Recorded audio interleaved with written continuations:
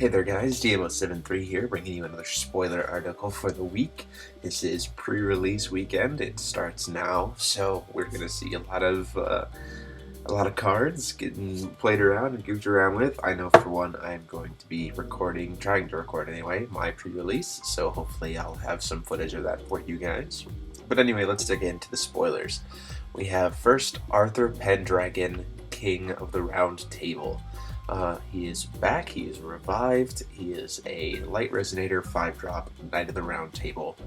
This resonator cannot be targeted by fire or darkness spells or abilities, and resonators your opponent controls must attack this card if able. And 2-drop, target resonator gains 800 attack, or 800 defense until the end of the turn when you tap him. So, he's already at 1200. Your opponent is forced to attack him if they can. He can't be targeted by any of the traditional removal cards.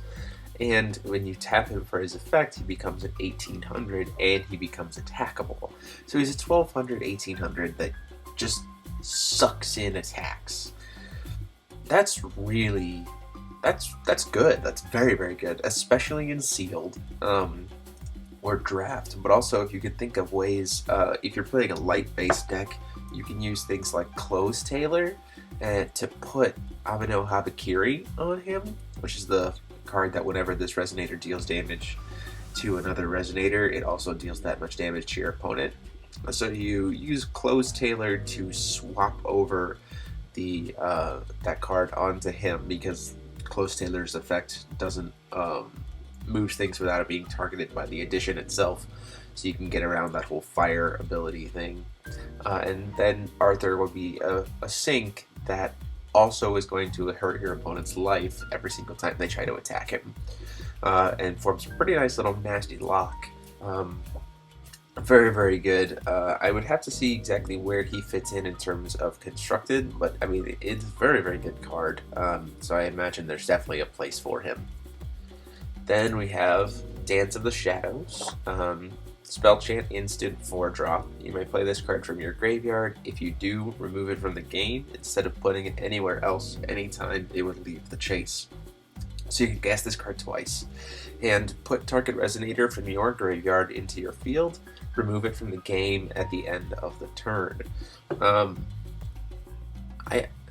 It's kind of like an instant speed revival trick. Instant speed, bring something out of the grave trick. But because it comes out of play at the end of the turn, I don't really necessarily know what you would want to grab with this. I mean, typically, I think, honestly, that Genesis Creation is a better trick for the same amount of cost. And you can bring back an addition as well. But I'm sure someone will figure something out for this. I mean, I can see, like, if you have an Amino Habakiri in your hand, you could,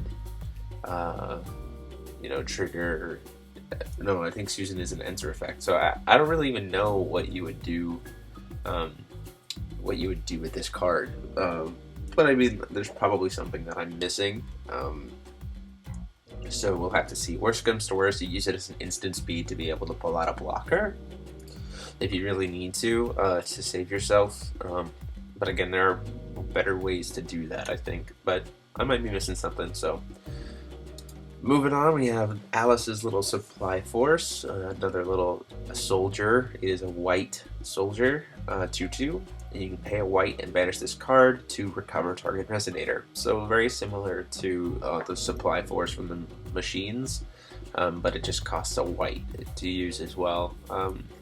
Can potentially do really huge stuff. I mean, especially if you're using a deep blue based deck, you make your swings, you use deep blue to pull one of these guys out of your deck, so you don't have to pay the light to play it. You just pull it out of the deck with deep blue, and then you immediately pay a light and banish it to recover something that's really big on your field and swing it again, like to get that last little bit of damage in. So it's pretty good. I think it'll definitely see some play. It just depends on how the Alice players build their stone list. Then we have Dark Alice's Shadow Warrior, another little shadow soldier. For 1-drop black, it is a 300/300. And banish this resonator. Target resonator gains -2/-2 until the end of the turn. Honestly, I think that's better than Supply Force because it doesn't cost extra to be able to use its ability. And you can do a -2/-2. You know, again, things like Lancelot's, you hit them with the -2, and you can bow them immediately. Very, very powerful. I wouldn't say very, very powerful. I would say very, very utilitarian. Like you have a lot of options when you play cards like this. Then we have Laying the Foundation. It is a 2-drop spell chant instant. Keep that in mind. Draw 3 cards. Put 2 cards from your hand on top of your main deck in any order. So the fact that it's an instant is very, very good because you can use it before the untap to get some more draw power out and set up what you want for your next turn.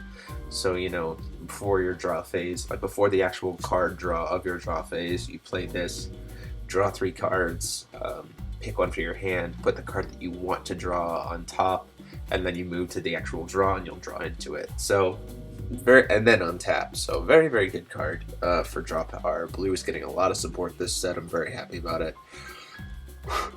So this is just another card that shows that that's going to be what's happening. So yeah, there you go, guys. That is all we have. If you are attending a pre-release this weekend, I hope you have a ton of fun. I know I'm really looking forward to it.